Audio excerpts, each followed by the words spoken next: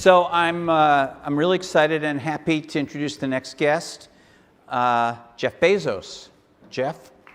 Great.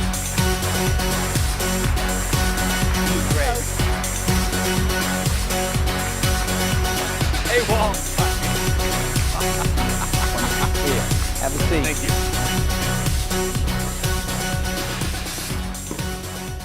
So some really long-time attendees may remember that you did make an appearance here once.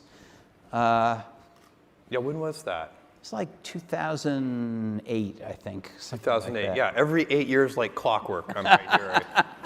And if I remember correctly, I think I did the interview just like this, and I think the Kindle was pretty much new then. That's about right, because we're on our 8th generation, so right. somewhere And we talked a lot about reading and electronic reading, but you are now involved in so many things that I don't know if 60 minutes can cover it. So, so I actually don't. I'm just surprised. This is kind of a traditional cocktail hour, and I think you guys should examine your priorities. You're going to listen to this conversation. You could be at the bar. I'm just saying it's a... No, the bars are locked till this is over.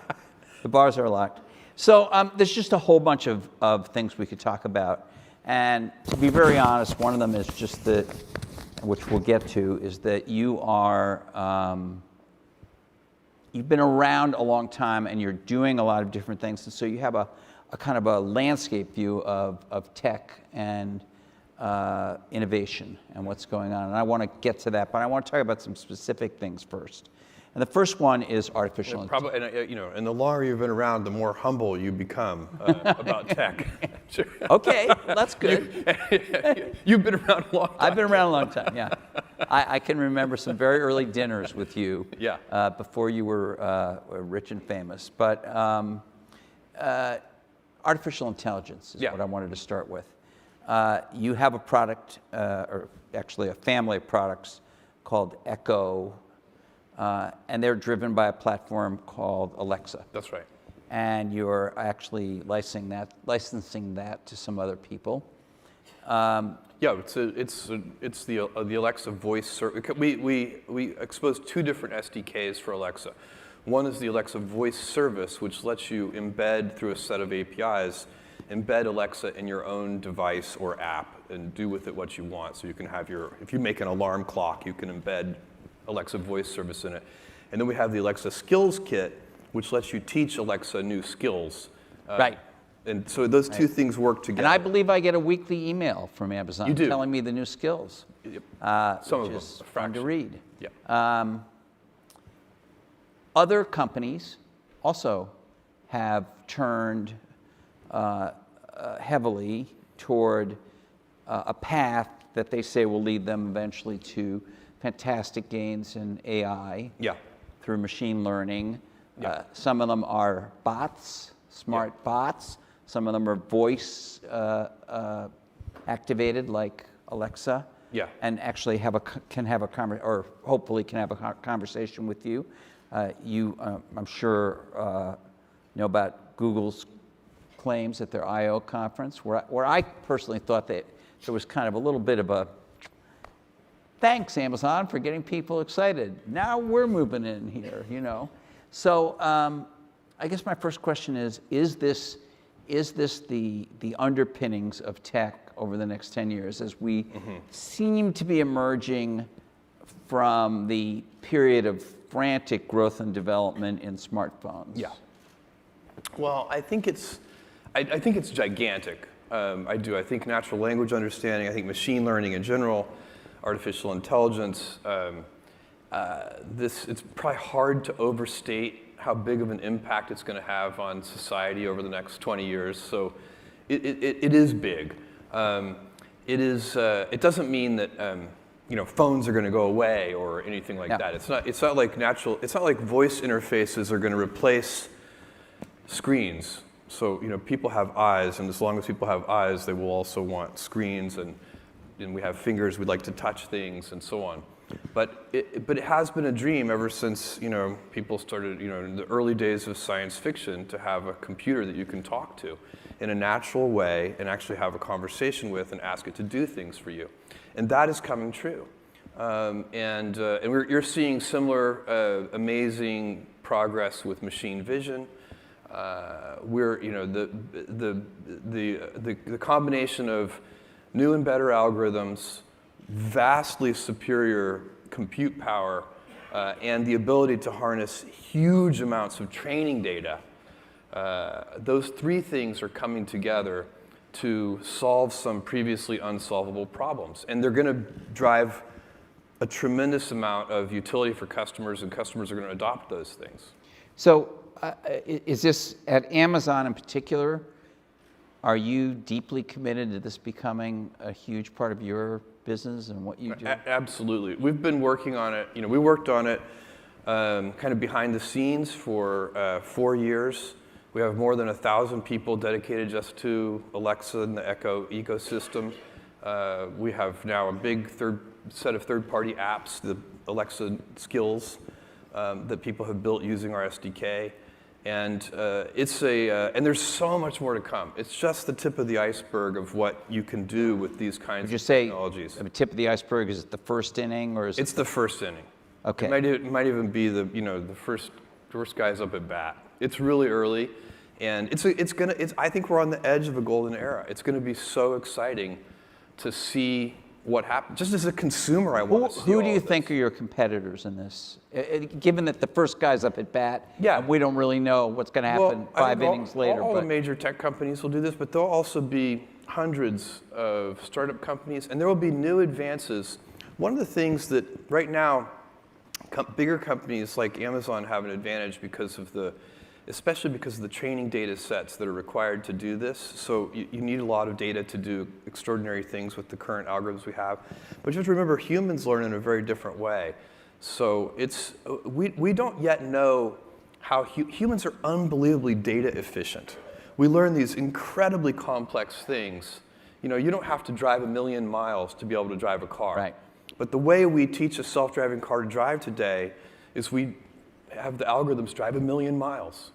And they're still not as good in certain scenarios as a human would be. And so humans are doing all kinds of special things to make that possible. We're also very power efficient. So, AlphaGo, which is a really impressive achievement, beat the world's best Go player, as you guys undoubtedly know. But, he's operating on about 50 watts. If AlphaGo had to be limited to 50 watts, he'd have creamed it. And so it's very interesting. Humans are just doing something fundamentally different from the current way that we do machine learning and machine intelligence. Do you think you talked about the training data, and this is really an important piece, I think, of the three things you mentioned. Obviously, Google knows a lot about you. Facebook knows a lot about you. You know a lot about, I guess, you know a lot about what books people want to read and what things people want to buy, and I don't know, maybe you know some other thing. Want to tell us other domains in which you know? I mean, to talk to you, Bolt, in particular. Yeah? No. Okay. Okay. What about privacy? In other words, we already have a pretty healthy privacy debate. It's even more fierce in Europe. Yeah. About the collection of this data for things, much more mundane things like targeting advertising. Sorry, I just recognized one of your camera guys. Mr. Rick Smolin? Yeah, Mr. Rick Smolin. Just saying hi. Hi, Rick. What about, that's just targeting advertising. Yeah. Or Google allegedly showing their products instead of somebody else's product. This is going to get much deeper into our lives. Yeah. So what are the privacy issues? I think and you haven't even touched on the other piece of this, which makes it even more complicated, which you see with Apple and the NSA and the FBI, and because I think that if you take the totality of privacy and our ability to store large amounts of information, to use it in ways that customers actually do want us to use it. So, we're doing... Not ads, not, Well, when we make personal recommendations for people, which we've been doing for almost 20 years now, they genuinely like it. And of course, we have to keep your purchase history to be able to do that. So there are benefits, and I think one of the things that you have to do is when you collect and store data, you have to be clear about what you're doing. You have to, and not just, subsection 17, paragraph 3. Clearly, as you can see in our privacy policy, we were allowed to do that. But you have to figure out ways to be kind of obviously clear. So like one of the reasons we always wanted to greet you by name on Amazon is so that as soon as you come to the site, you see, welcome back, Jeff Bezos. You know you're not anonymous on our site. And you know that in a way that would never be as clearly articulated by a set of terms and conditions. Because we're greeting you by name, we're showing you your past purchases. And so to the degree that you can arrange to have transparency combined with an explanation for what the consumer benefit is. So that's sort of the commercial piece. And then you get into the sort of the tension between privacy and national security, and that's what you see. We're very like-minded with Apple on this point. We filed an amicus brief on their behalf, but I think I believe that it is an issue of our age, and that we, as a citizen-run democracy, are going to have to deal with that. And I think that the same principles that I laid out for commercial use, to one degree or another, may work there too. But your data is an encrypted. Apple is not only reacted by pointing out that their stuff is encrypted and encrypted in a way that they don't even have the keys to decrypt it, but there are hints from them that they're going to even include more of their stuff. And we didn't even, we're talking about how complex this issue is, and I didn't even bring up hackers and, you might, setting the Apple thing aside because it's complex and I don't really know all of the details, but, no matter, as you can see, you try to protect the data on somebody's phone, and, it turns out it's not as protected as you thought it was. So when the bad guys get better and the good guys have to get better, and I don't think that's ever going to be resolved per se. It's going to be kind of a continuous cat and mouse game, and the bad guys are always going to get better and the good guys are always going to get better too. We just have to try and stay ahead in that race. So you're doing devices, and now they're smart, getting smarter, and other people are going to be doing it, and it's very early. But you're still in the retail business. You're still in the business of selling. Oh yeah, we're in multiple. We have multiple things that we do, but certainly one of our very important businesses is our retail business. Okay, so we really like that business. You guys, I encourage you to shop early and often. Don't feel bad. There's just a lot going on there. But one of the things I wanted to ask you about was this whole shipping and infrastructure piece, because the idea of Amazon for many years was I could buy it online and it would get delivered to me, sometimes very quickly. Yeah. I mean, I personally, I'm utterly astonished sometimes that this box shows up on Sunday and I only bought it Saturday at 7 o'clock. Yeah. It's there on Sunday. Yeah. So that's pretty cool. Yeah. But that's not your truck. That's in some cases USPS or whatever.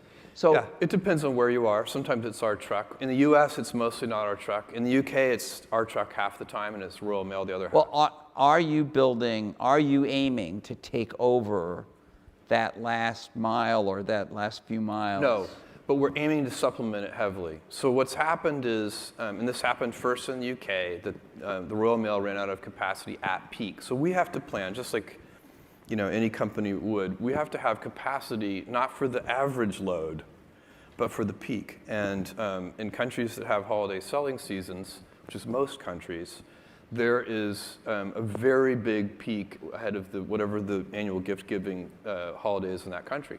And so we have had to take over a lot of the last mile delivery in the UK over the last several years, and we're about half of it now, doing it ourselves.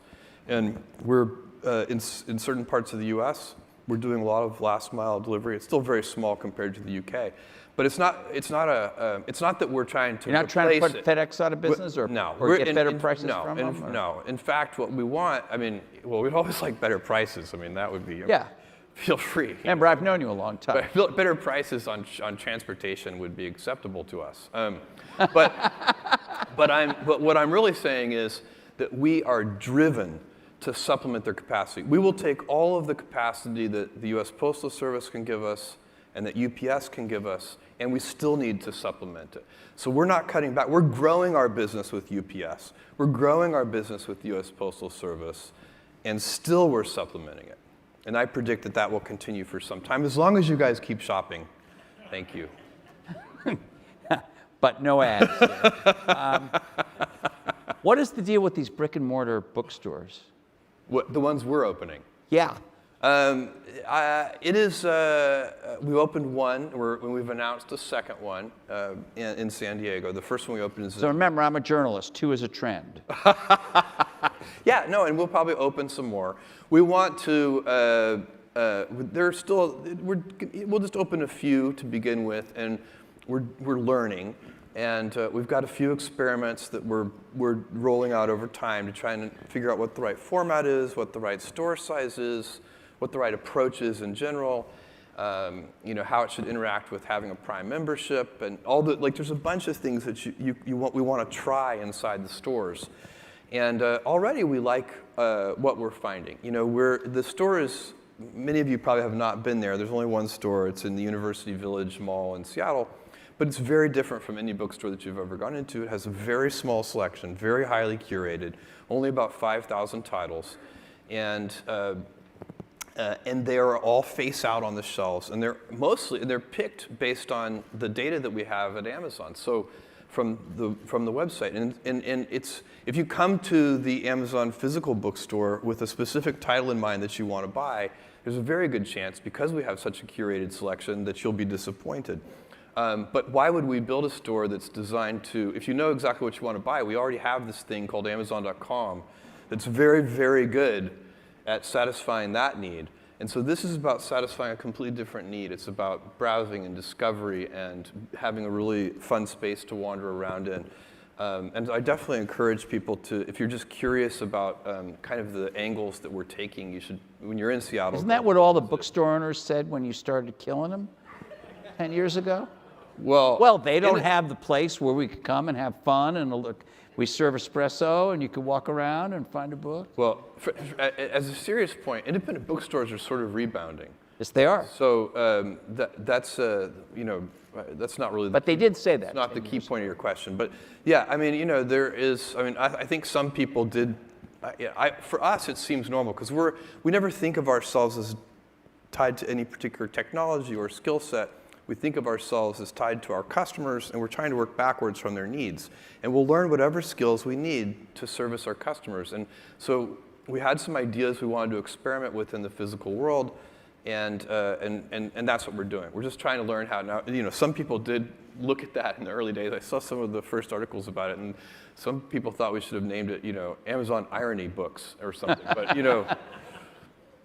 that would have been a good name. I like kind of like that. A lot of clever people in the world. Meet you over at Irony. It's not too late. We could experiment. So you're also a newspaper publisher. Yeah. In my hometown. Yes. And I would just observe that the Washington Post was very thin and doing a lot less enterprise kind of journalism than they once did. And now they're thicker and doing more and have more people. Yeah. What's your goal there? Why are you doing it? Yeah. How can you do it? How can you change it? Yeah. It's the goal is really simple. I bought the Post because, tactically I bought the Post because I've been friends with Don Graham for 15 years. If I hadn't been friends with Don Graham, it never would have happened for a whole bunch of reasons. But when he proposed it to me, I was nervous that I didn't know anything about the newspaper business. And he said, look, Jeff, we've got a lot of people who know about the newspaper business. What we really need is somebody who knows something about the internet. And so anyway, he kind of had several conversations with me, and we worked through whether I thought I could actually bring anything to the table. But the reason I finally bought it is because I think it's an important institution.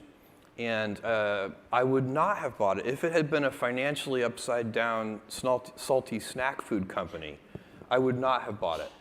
And I happen to believe it's very important. It is the paper that is best situated, because of its geography, to cover the capital city of the most important country in the world. And that country now, more than ever, always it's needed, but it needs to, our elected leaders and all the people in DC that run most of the country need to be examined. And that's a great paper to do that. And what do you bring to it that's different? Because I've been friends with Don for at least 15 years. Well, strategy-wise... And he never offered it to me, Jeff. Well, yeah. I can't explain that. I can't explain it. I think it was... Kara knows him, too. It was an oversight. He could have offered it to the two I of us. understand. I'm sure he just, Okay. He couldn't exhaustively approach all of the logical buyers. What can you do for that, or with that, what you just described, very important? Our approach, so I believe that the business strategy of the Washington Post for many decades was fantastic, because they were incredibly clear that they were going to be a local paper. And from a business point of view, that was an amazingly effective strategy. That paper was so profitable for so long and made so much money. It was a very good strategy. The internet turned that upside down for a whole bunch of reasons that would take more than the hour that we have. We'd have to spend the whole conversation to go over all the reasons why the internet has turned local newspapers upside down. But what the Post has to do is a very difficult, but I think for the Post, a doable transition. I'm optimistic. I'm even more optimistic today than I was 2 years ago when I bought the paper. And that is, we have to go from a business model where we used to make a relatively large amount of money per reader with a relatively small number of readers, to a model where we make a relatively small amount of money per reader, but on a very large number of readers. That reminds me of Amazon. So that's exactly right. And we have to go, and the good news is, for all of the things that the internet took away from the traditional media business, one of the gifts that it brought is almost zero cost global distribution. So, if you go back in time, 10 years or 20 years, it would have been very, very expensive to decide I'm going to have a global newspaper. You have to have printing plants everywhere and distribution facilities everywhere. A couple of people did it, very challenging. And now the fixed expense to do that is almost zero. So is the Washington Post going to become a truly global newspaper? Yeah, that's what we're working on. So we're working to become a national and to some degree global newspaper. And for people who are interested in the Would you news publish of it in the different capital languages? city of the United States. We've thought about it. We have a lot of higher priorities than that, because there's just still a lot of the English-speaking world available to us that we don't need to translate it for. Well, a lot of people in the United States. As a newspaper publisher, Yes. you get to answer the Peter Thiel question. Oh, good. I'm excited. So the question is, whatever you think of Gawker Media, Yeah.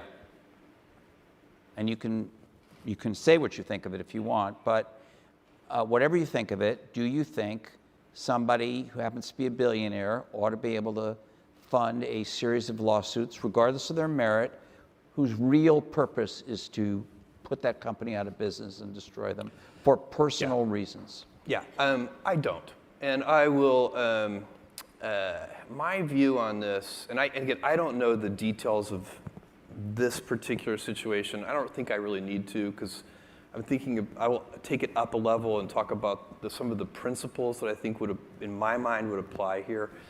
And look,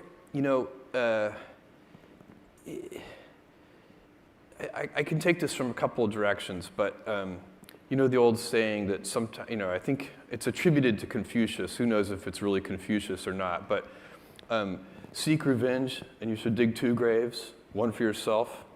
And really, you just want. You always have to ask yourself, how do you want to spend your time? How do you want to spend your time and your energy? And do you really want to do that trying to right even if it's legitimate wrong, Like, let's say that somebody actually did wrong you. Is that really how you want to spend your time?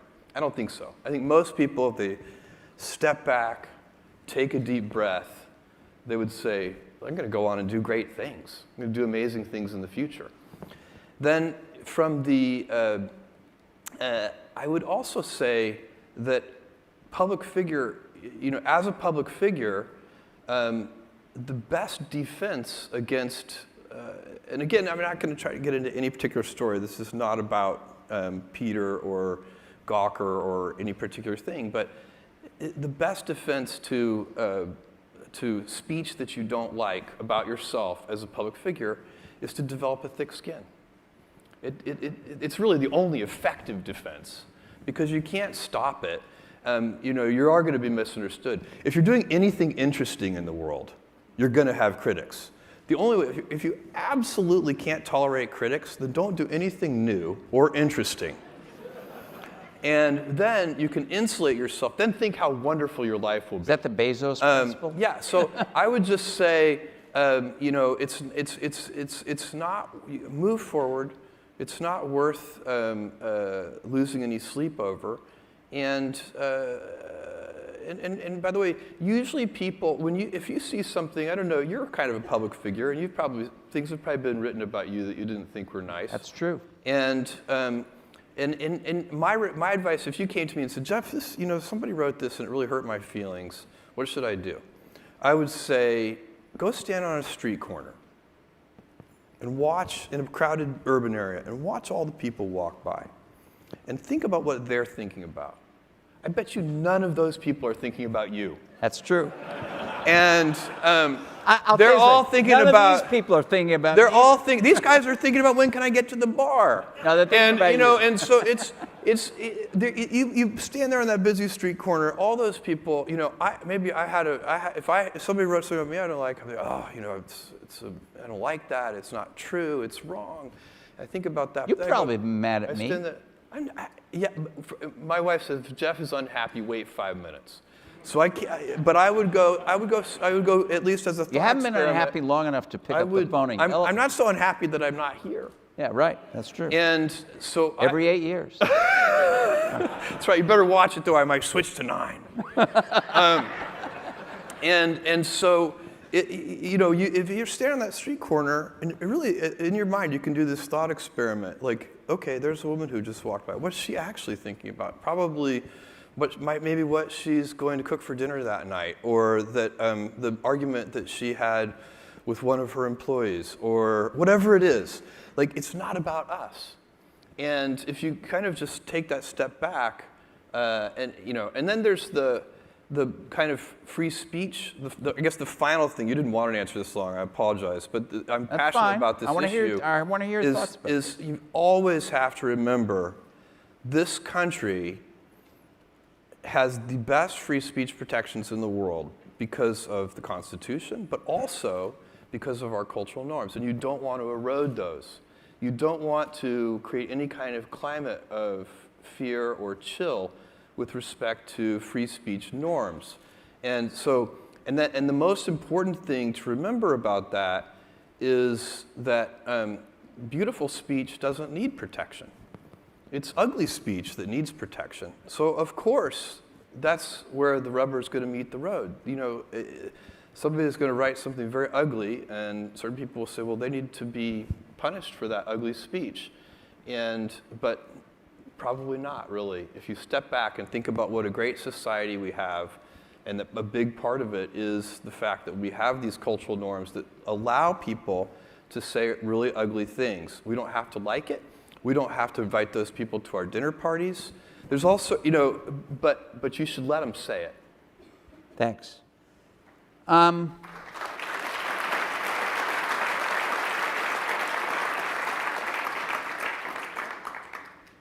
So a little while back, Amazon was criticized for having a harsh work culture. And I'm just wondering if, and you guys came out and defended yourselves and explained it. I have kind of a two-part question. One is whether you considered it fair at all or not whether it made you rethink anything about your work culture. Yeah, no, it's a very good inside the question. company. And the second question is a little bit of a setup I need to tell all of you, because I know you have an employee program that you wanted to talk about. Yeah, I want to. But do the first one first. So it really has not. I'm very proud of the culture that we have at Amazon, and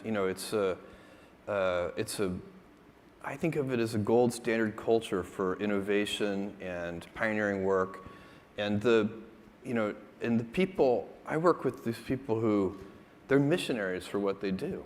They are, if you're giving great customer experience, there's the only way to do that is with happy people.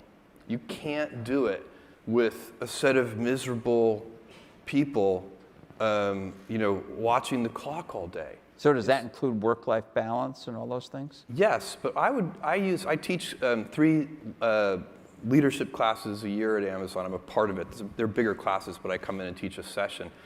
And I always talk about work-life balance, except I like to use the phrase work-life harmony rather than balance, because to me, balance implies a strict trade, whereas I find that when I am happy at work, I come home more energized, I'm a better husband, a better dad, and when I'm happy at home, I come in and better boss and better colleague. And so it's not, you could be out of work and have terrible work-life balance. Even though you've got all the time in the world, you could just feel like, oh my God, I'm miserable, and you would be draining energy. And so you have to find that harmony. It's a much better word. And I think for most people, it's about meaning. People want to know that they're doing something interesting and useful. And for us, because of the challenges that we have chosen for ourselves, we get to work in the future, and it's super fun to work in the future for the right kind of person. There are people, who, ours is an environment that embraces a lot of change. We have to, because the internet is changing, the technologies that we use are changing. We operate at the intersection of technology and retail, both of which are highly competitive industries. But it's a really, for somebody who hated change, I imagine high tech would be a pretty bad career. It would be very tough, and there are much more stable industries. And so they should probably choose one of those more stable industries with less change, and they'd probably be happier there. That industry would be tough for me.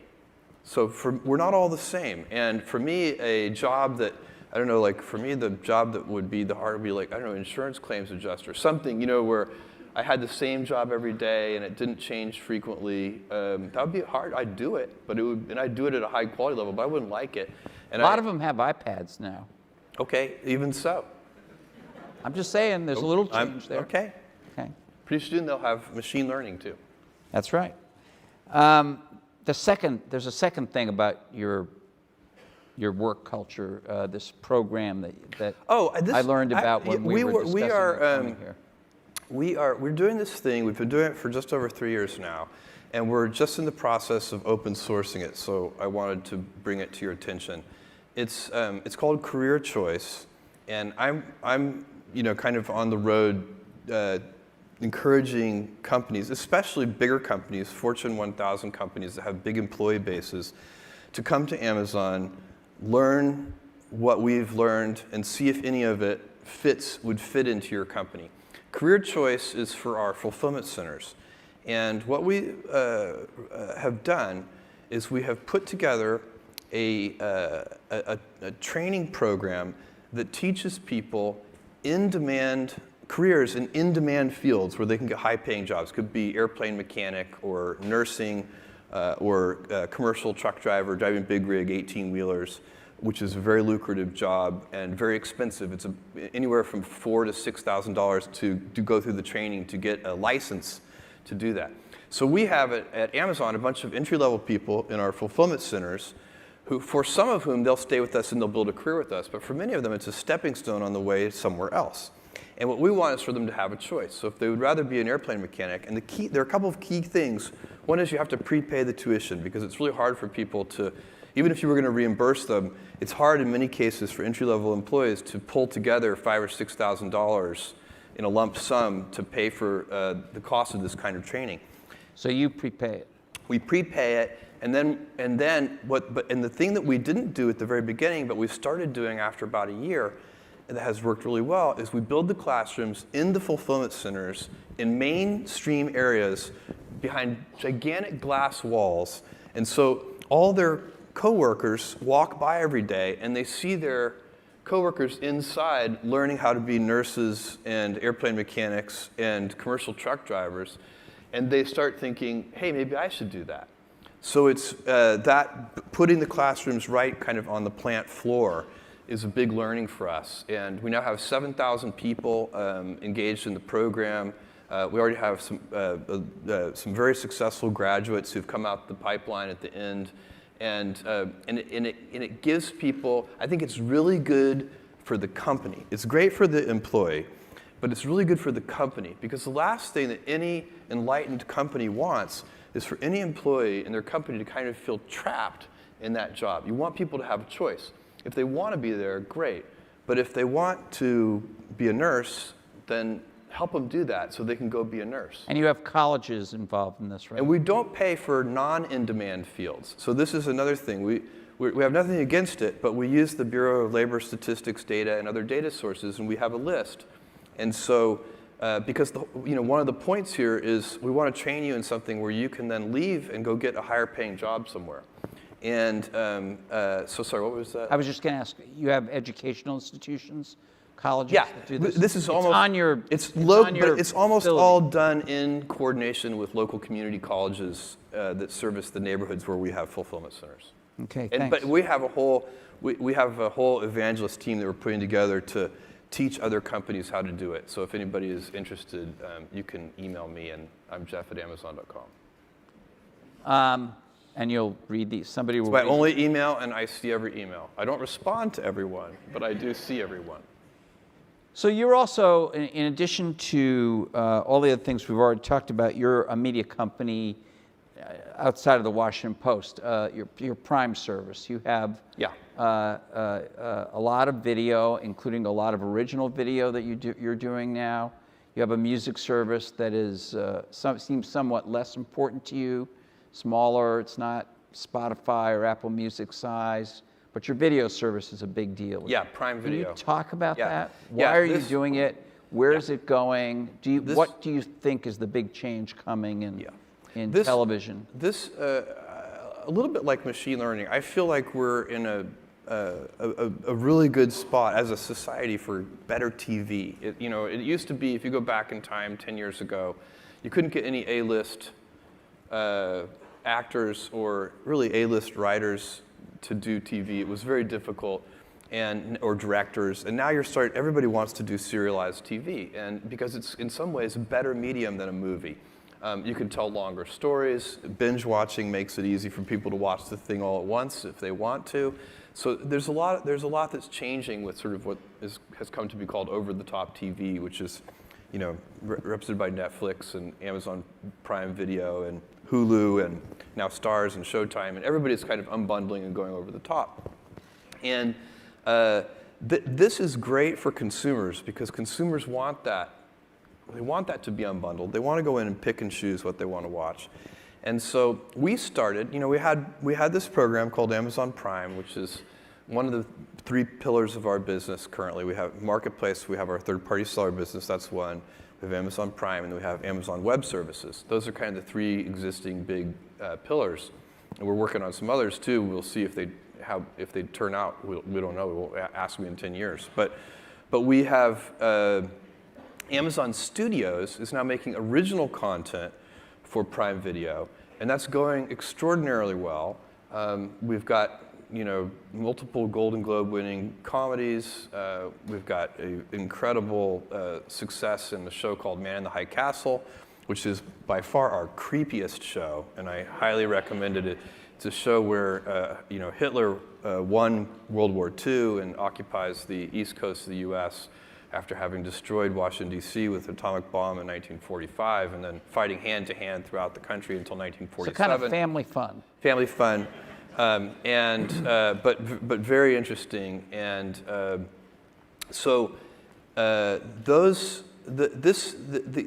what from a business point of view for us, we get to monetize that content in a very unusual way, because when we win a Golden Globe, it helps us sell more shoes, and it does that in a very direct way, because if you look at Prime members, they buy more on Amazon than non-Prime members, and one of the reasons they do that is once they've paid their annual fee, they're looking around to see how can I get more value out of the program. And so they look across more categories, they shop more, a lot of their behaviors change in ways that are very attractive to us as a business. And the customers utilize more of our services. And so we really want to do things that will cause free trial conversion to go up. So people start Amazon Prime as a free trial member, and we watch the free trial conversion rates. And then we want people to renew at the end of the year when it's time for their Prime membership to renew. And we already had extraordinarily good free trial conversion and extraordinarily good renewal rates when it was a physical program. Fast, free shipping was the founding benefit of Amazon Prime, and people really liked that, and it grew into a very large, successful program.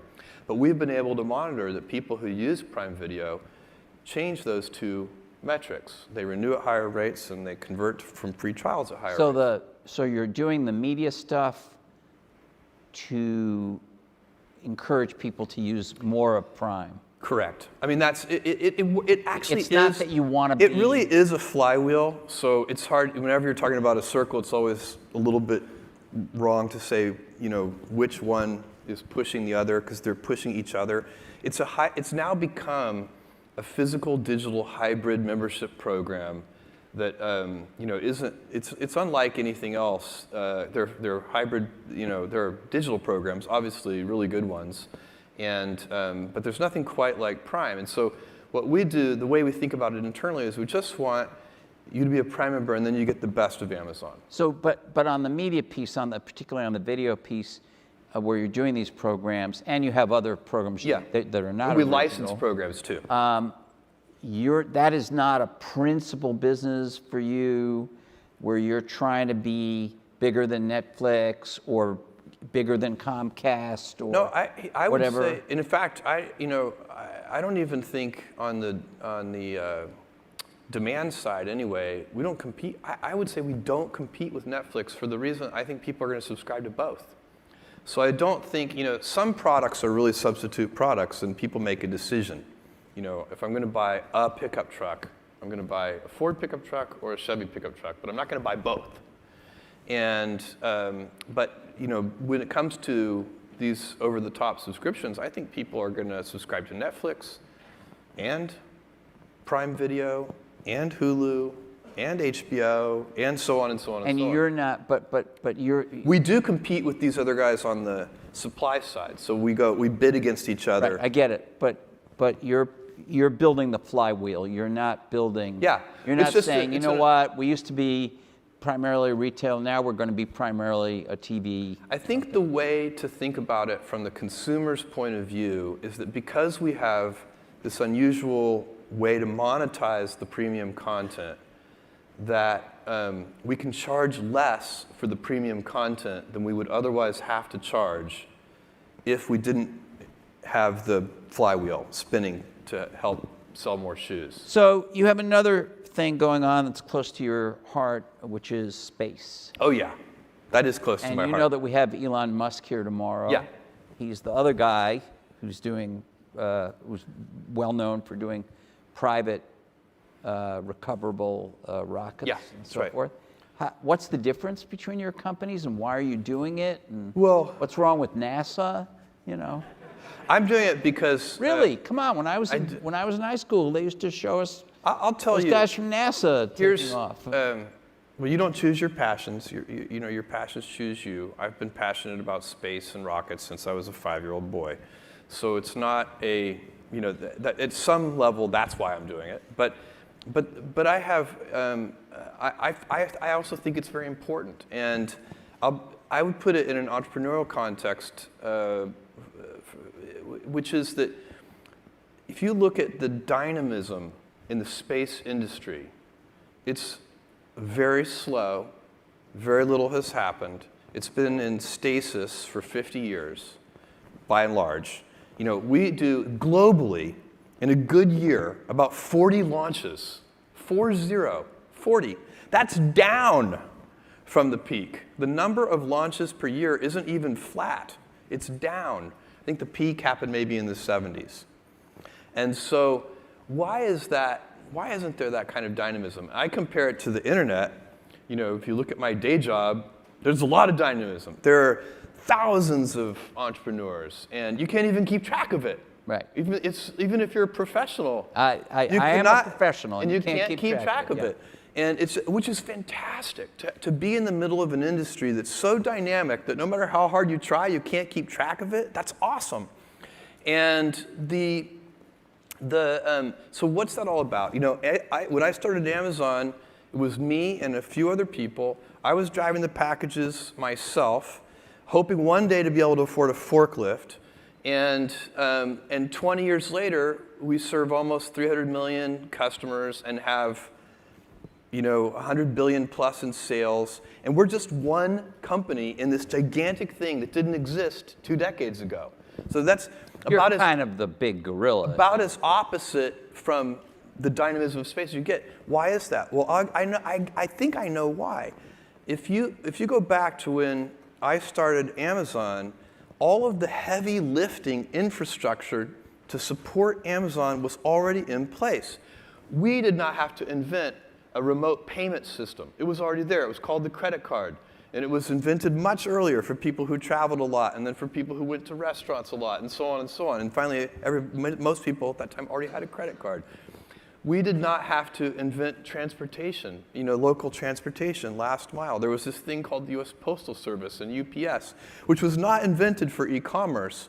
But if we had had to deploy last mile transportation 20 years ago, it would have cost hundreds of billions of dollars of capital. It would have been impossible for a company like Amazon to even conceive of doing that.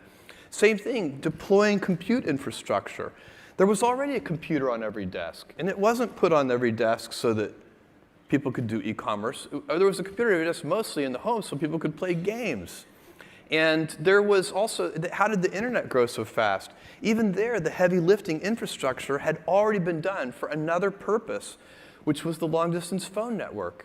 All of the fiber in the grounds at that time, and all the ways, all the microwave communications towers and all the things that existed 2 decades ago were put in place for another reason. Again, would have been hundreds of billions of dollars of CapEx deployed.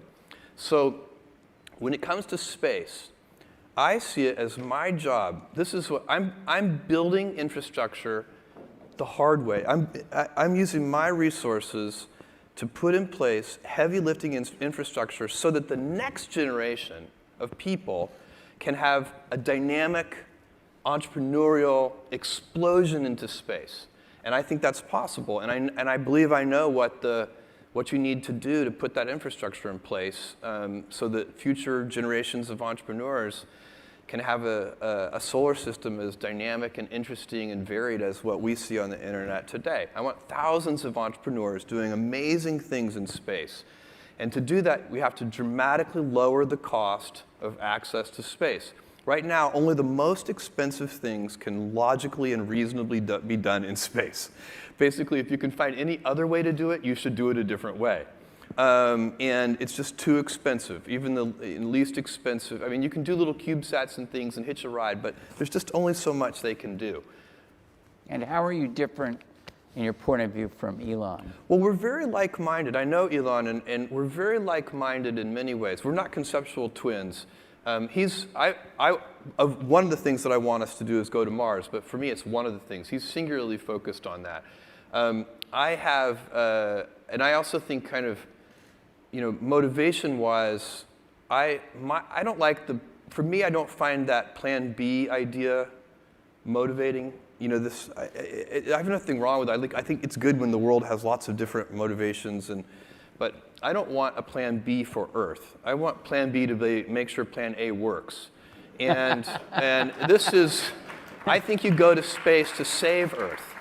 And we know about the solar system now. We have sent robotic probes all over the solar system. Let me assure you, this is the best planet.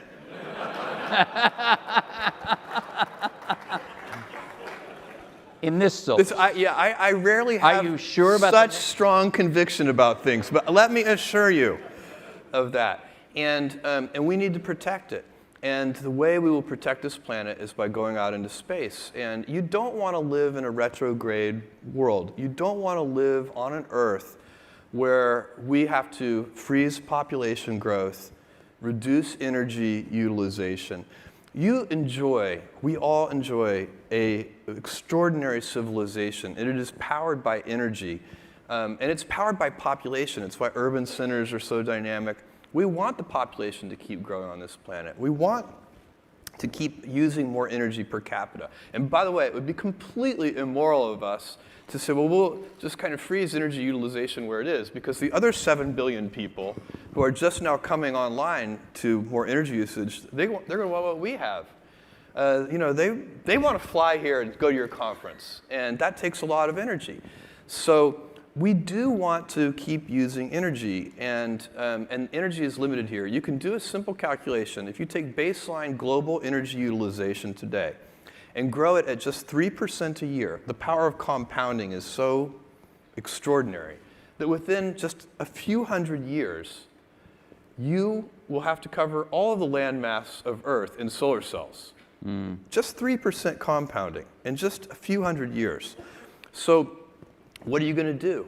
Well, I think what you're going to do is you're going to move out of space. This will happen over, over the next few hundred years. All of our heavy industry will be moved off planet, and Earth will be zoned residential and light industrial. And that just makes a lot of sense. You shouldn't be doing heavy industry on Earth. Resources are more plentiful in space. Can I run for the zoning board? Kara wants to be mayor of one of the cities. And then you'll send the little vitamins down. We can build gigantic chip factories, in space, and then just send the little bits down. We don't need to actually build them here. And this planet is very hard to get energy. Even if you're using solar power, because the Earth shades itself, you only get solar power for half the day. In space, you can get solar power 24/7. So there are a lot of advantages. Would you put the industry on a particular planet? No, or I would you have it orbiting? I'd have it orbiting. I'd have it closer to Earth. The problem with other planets, and we'll do all of that in a given time, and people will visit Mars, and people will settle Mars, and we should, because it's cool. But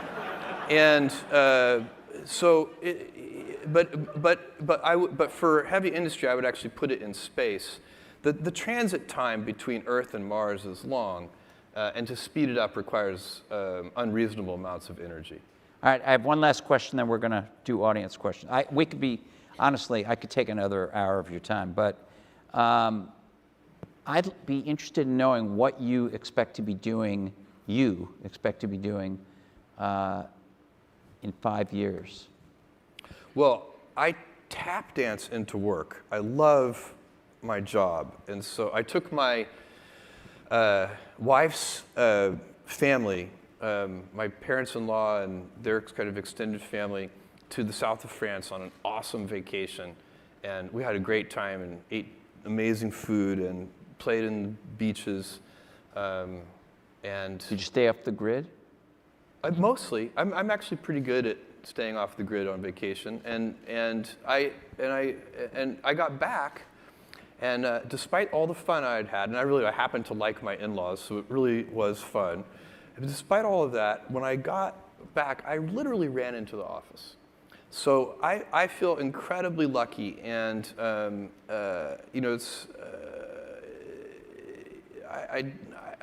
I imagine I'll be doing the same thing 5 years from now. All these. Yeah, But you'll be doing those projects. I like things where wandering matters. I like to wander. I like to, go down blind alleys and. Okay, but you mentioned very quickly. I make sure all of my meetings do not have tight agendas. I don't like a tight agenda on my meetings, because tight agendas assume you know where you're going, which for a certain kind of meeting is right. If you're doing like a weekly business review and you're going through a metrics deck, That should have a good agenda.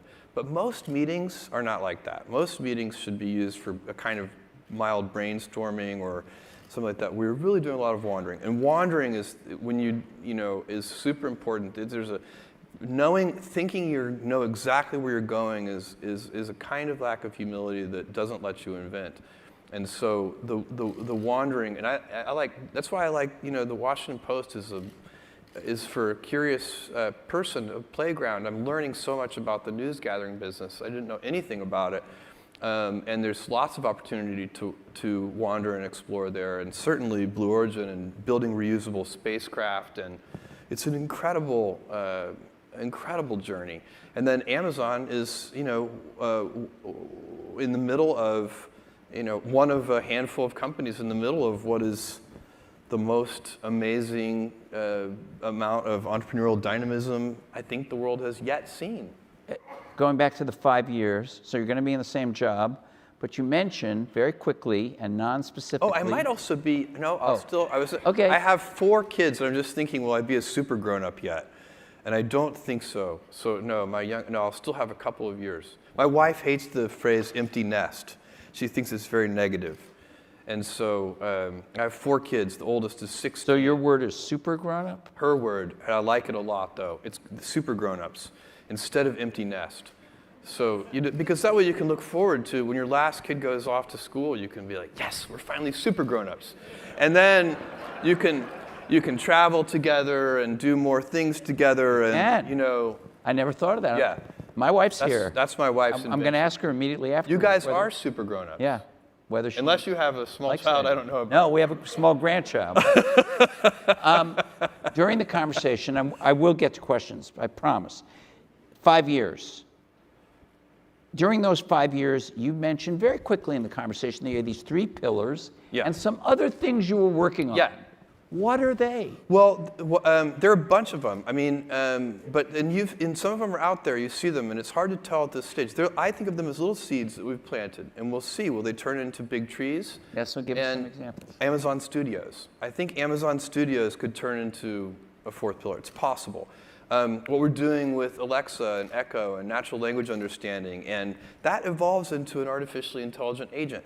And by the way, I think there are going to be a bunch of artificially intelligent agents in the world. I think you're going to find, just a bit like apps and websites, that they're going to be specialties, and you may not ask the same AI for everything.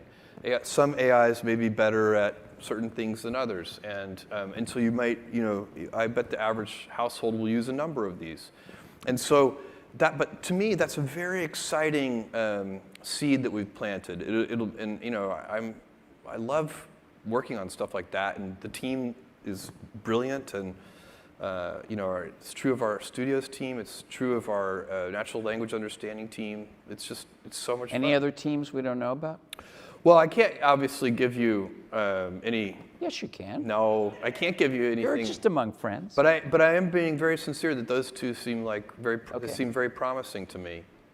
Well, thanks. Fun. Thanks for an annual 8-year visit. now we have some questions. Hey. Over here. Hey, Jeff, Mark Mahaney. So on that 4th pillar, you'll figure it out in 10 years. Like, what are you going to be using to figure out whether it's pillarable, over time? And then it sounded like earlier maybe like a parcel business didn't seem like it'd be one of those pillars. But anything else that's obviously you wouldn't include that just doesn't seem to make sense for you? Yeah, there are tons of things that I think are probably unlikely for us to pursue. I mean, even though there would be giant industries and would be very interesting and so on, but the price of admission in those industries is so gigantic. I mean, the obvious, there are many. You could just go down the list of large market cap companies or very big industries. You don't want to. I personally think it would be very challenging to get into the business of oil exploration and production. It's a very complicated industry that is, as far as I can see, extremely well served by really smart people at ExxonMobil and so on. And so, the landscape is gigantic, and we will ever only enter into the tiniest little portion of that gigantic landscape. So it's kind of hard to know. I'll tell you how we decide to give up on ideas. So if we've worked on something for a long time, we tend to, because it's hard to know when do you stop. I think every single important thing we've ever done, the most important things have always seemed dumb to industry experts at the beginning. So you have to get really good results. You have to defy conventional wisdom, and the problem, of course, is that conventional wisdom is usually correct.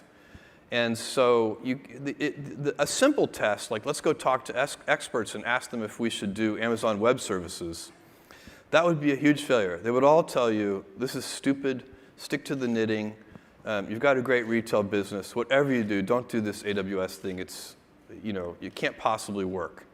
And of course, that would have been wrong.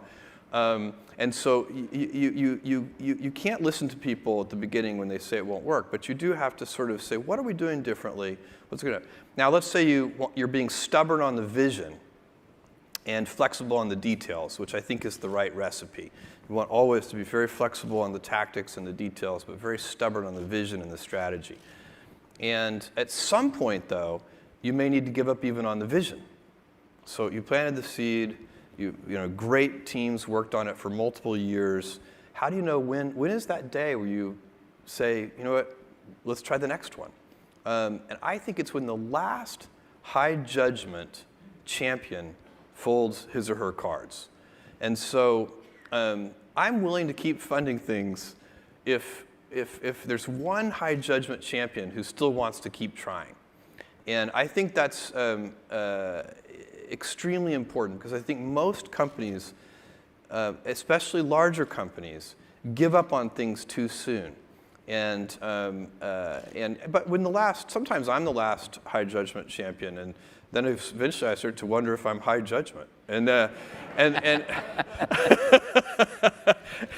so that's another good time to fold the cards, maybe. But you should give up on things, but you shouldn't give up easily. Okay. Yeah. Rob. Hey, Jeff. Hey, Walt. Great conversation. See you. Great seeing you guys. So I was surprised that Walt didn't bring this up, and it's very unpleasant and might ruin everybody's appetite, but it seems important. Donald Trump. And I'm It's actually the next thing on my list, but the clock. Well, I'll help you with that, Walt. So in my judgment, Trump would be a disaster. I know many people share that. And also, in my judgment, I've been saying this for about 6 months, I think he has about a 50-50 chance of getting elected. You famously took him on when he attacked you unfairly and unreasonably, and Amazon. And I'm curious, now that he's the presumptive Republican nominee, what's your perspective on the dichotomy between Jeff as a business leader of a $100 billion revenue company that has to be successful, whether or not he's president, and Jeff as a citizen that cares so deeply about the planet and our society? And what do you think we should do, and what do you think you're going to do? Well, my response to that is on this narrow point.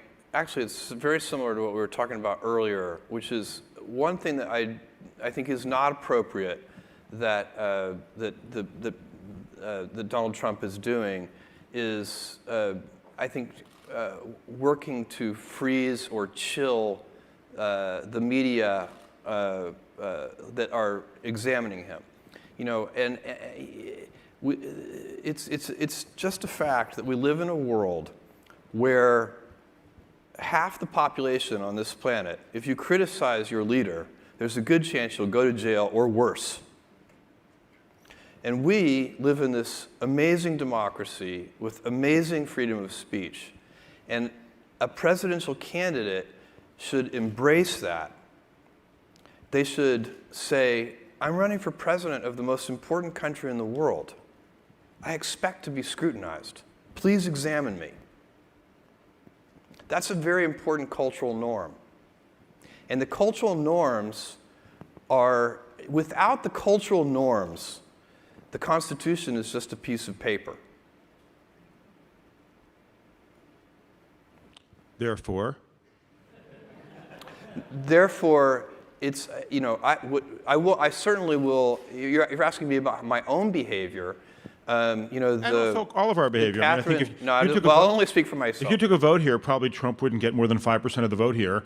Probably 50% would be discussed with both choices. But I don't think, I think the tech world, which is very much knowledge-based and progress-based, doesn't like somebody that's as ascientific and ahistorical and Look, here, let me tell you what Katharine Graham, the previous owner of the Washington Post, during the Watergate years, was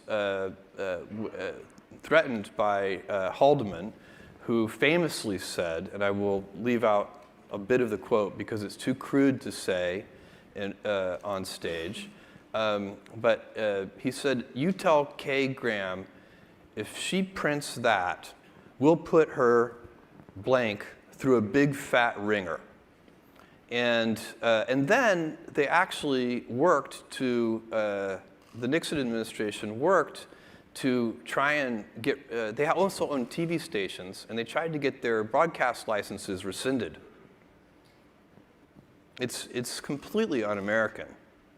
And so, I guess the only thing I would say is with Kay Graham as my role model, I'm very willing to let any of my body parts go through a big fat ringer, if need be.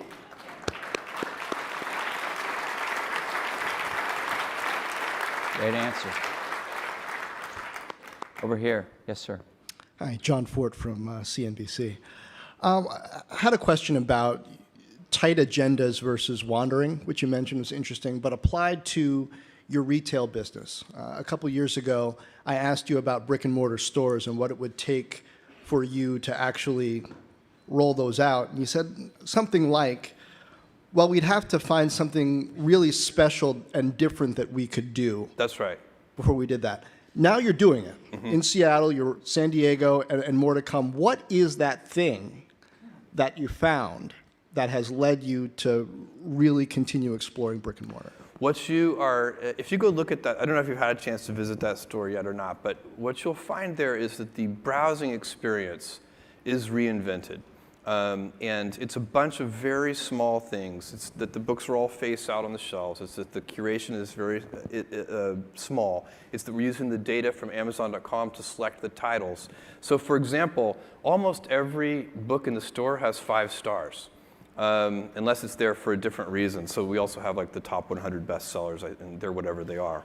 But so there are a bunch of very small things, and it makes a very big difference in the customer experience. But it's something that's easier to experience. So you're saying that there's something about the physical space that Correct. allows The way it's laid wandering and kind of demand creation that you can't I do would through other say means. that one of the things that many observers have noted over time, there are many discovery methods online. So I'm learning about new books online all the time. And certainly our personal recommendations do that, but I see tweets about books, and I see all sorts of, there's tons of discovery going on, and tons of serendipity. But there was always one, that kind of serendipity that you get from just wandering around bookshelves looking at book covers is a kind of yet another kind of serendipity. And I think that's part of what we're trying to do in a kind of way that's accelerated with the data from Amazon.com. Thanks, John. Yes, sir. Yeah, hi. I'm Vijay. I'm from India, so we missed a little bit of conversation on India. You said that when you started Amazon, in US had a ton of infrastructure on multiple aspects that you shared, but India seems to be not having that, and you're doing incredibly well there. So wanted to know, are you long with a lot of infrastructure investment? And well, we're doing, as you point out, we're doing a lot of it ourselves. So in India, we do most of our last mile transportation ourselves. So it's it wouldn't be our first choice for how to do it, but it's the only choice. And so that's what we do. We also try to travel shorter distances. So we open many more smaller fulfillment centers instead of having, larger ones slightly more distant. So we're kind of adapting to the local model. And also the regulations in India are very different. So it has to be a 3P sales model. All of our sales in India are marketplace sales. We don't have any of internally what we call owned inventory. Yes, over here. Hi, Walt. Hi, Jeff. Great conversation. My question is about retail. And I used to work for a Bentonville-based retailer before, and we used to watch how Amazon Fresh was rolling out. And I think Prime Now is probably the thing that should keep grocers up at night if you run a grocery store. So there's a lot of innovation in terms of fulfillment and assortment and all those kinds of things. And I'm curious, when you look, 10 years out, 20 years out, what are the big problems that that you're excited about kind of applying Amazon scale and ingenuity to in retail that you think will fundamentally transform experience beyond where it's come in the last 20 years, which is pretty phenomenal? Well, I think that the three big needle movers, in my opinion, we've thought this for 20 years, are selection, price, and speed of delivery. Delivery, convenience, delivery speed, and an associated set of attributes. And I think there's still a lot of progress to be made on those things. And then and also discovery. And I think if you get category by category, there's tons of invention remaining. I'm very excited about apparel and fashion because I think that's a product category where you can do so much invention online.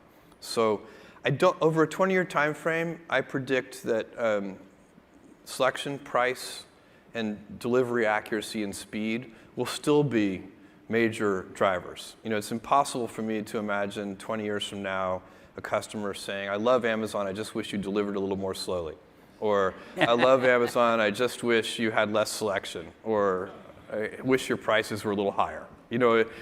So when you find, and I would urge all of you in your own businesses to think about that. Think about what are the things that will be true even 10 years from now. Because if those are stable in time, unlike everything else, your competitive set will change, your the technologies that you have available to you will change, but the customer needs, if you find the right ones, will tend to be stable in time. And then you can build strategies around those things. And all the energy that we put into making sure that we're delivering quickly will still be paying dividends 10 years from now because it won't ever go out of style. Thank you. Jason Del Rey, the e-commerce reporter for Recode. Hey, Jeff.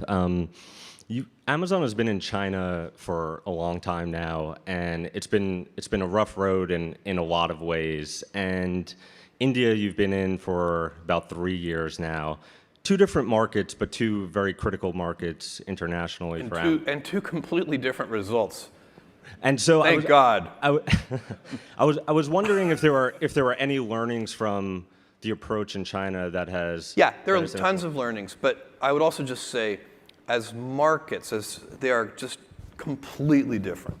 So I think some of the investors in India in the early days thought that India might be a replay of China.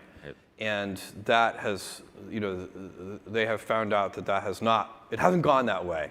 And our team in India has just done an unbelievable job. And and there are a bunch of reasons why it's different from China. It's a very long conversation. It's not one thing, it rarely is. It's probably 50 little things. But our team deserves huge kudos and congrats in India. I ask because I've been told that some people who worked on the China business early on have visited India and imparted at least some lessons. Yeah. I'd say one of the top level lessons is that we have done much more local market customization in India than we did in China. In China, we did some local market customization, but we mostly tried to roll out what had worked well for us in Japan, Germany, the UK, Spain, France, Italy, the US, etc. And it needed more local customization. And so I'd say that if you want me to kind of pick one meta lesson, it's that one that we needed in India. And that team, we gave them all their own software engineers.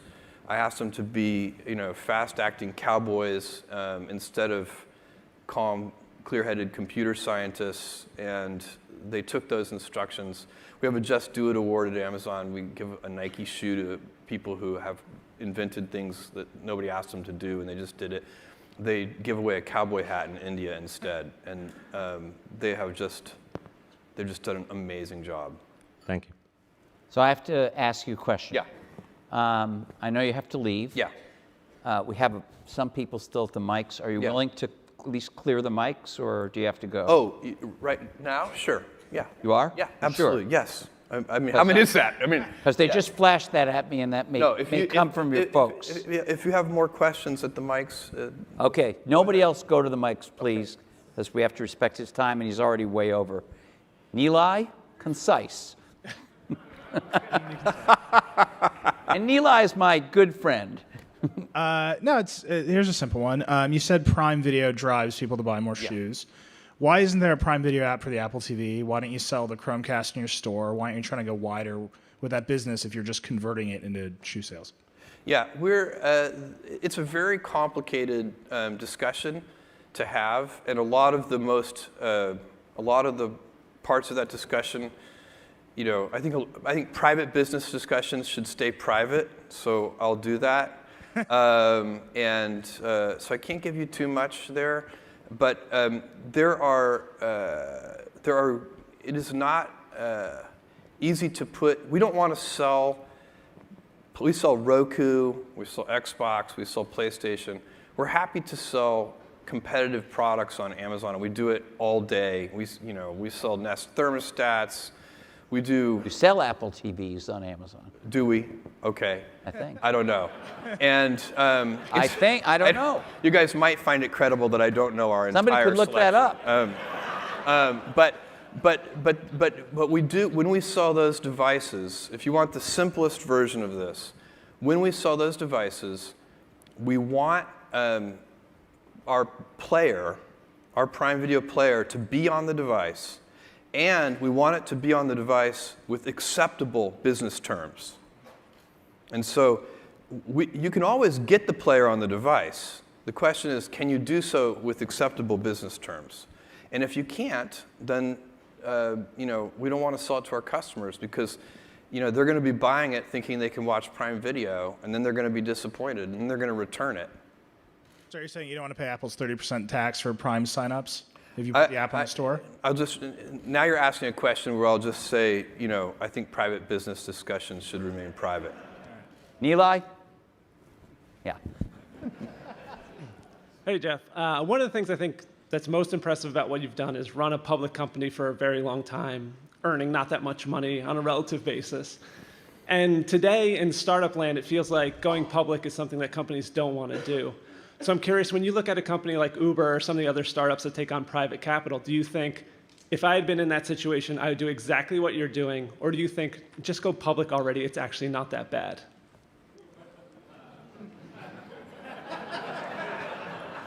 That's I think it's very case specific.